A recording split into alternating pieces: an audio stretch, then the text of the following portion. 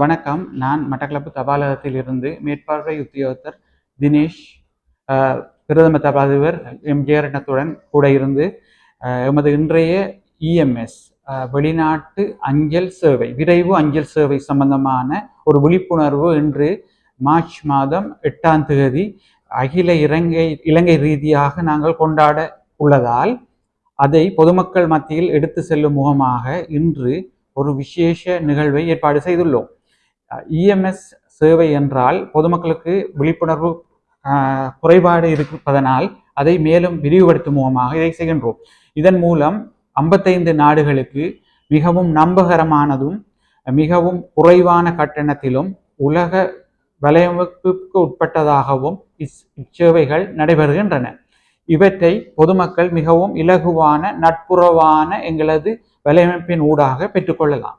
இவற்றை பொதுமக்களுக்கு விழிப்புணர்வு செய்யும் முகமாகத்தான் இன்றைய தினம் இவ்விழா ஒழுங்குபடுத்தப்பட்டுள்ளது. சர்வதேச தரத்திலான அஞ்சல் பொதி செய்தல் செய்வது தொடர்பாக மக்களுக்கு தெளிவுணர்வூட்டும் செயற்பாடு நாடளாவிய ரீதியில் இன்று சனிக்கிழமை 8/3/2025 ஒரே நேரத்தில் நடைமுறைப்படுத்தப்பட்டது. இதற்கமைய மட்டக்களப்பு மாவட்டத்துக்கான பிரதான வைபவம் மட்டக்களப்பு மாவட்ட அஞ்சல் அத்தியட்சகர் எஸ். ஜெகன் தலைமையில் மட்டக்களப்பு தபாலகத்தில் இடம்பெற்றது.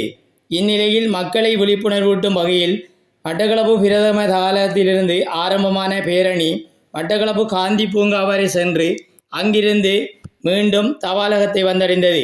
இதன்போது நகரில் உள்ள வர்த்தக நிலைய ஊழியர்களுக்கு இச்சேவை தொடர்பாக தபால் ஊழியர்களால் விளக்கமளிக்கப்பட்டது.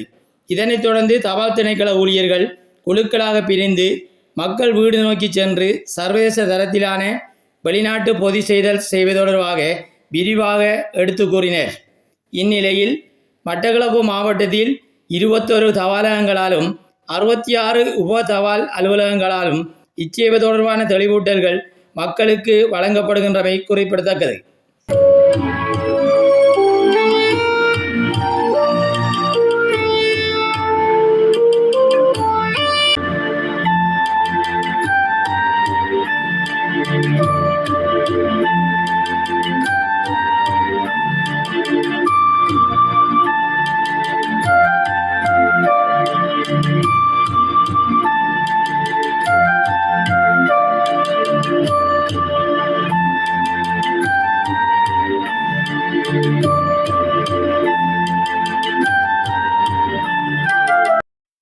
கருத்தரங்கும் மக்களுக்கு தெளிவூட்டும் ஒரு நிகழ்வும் இன்று இடம்பெற்றுக் கொண்டிருக்கிறது நாடு தழுவிய ரீதியில்.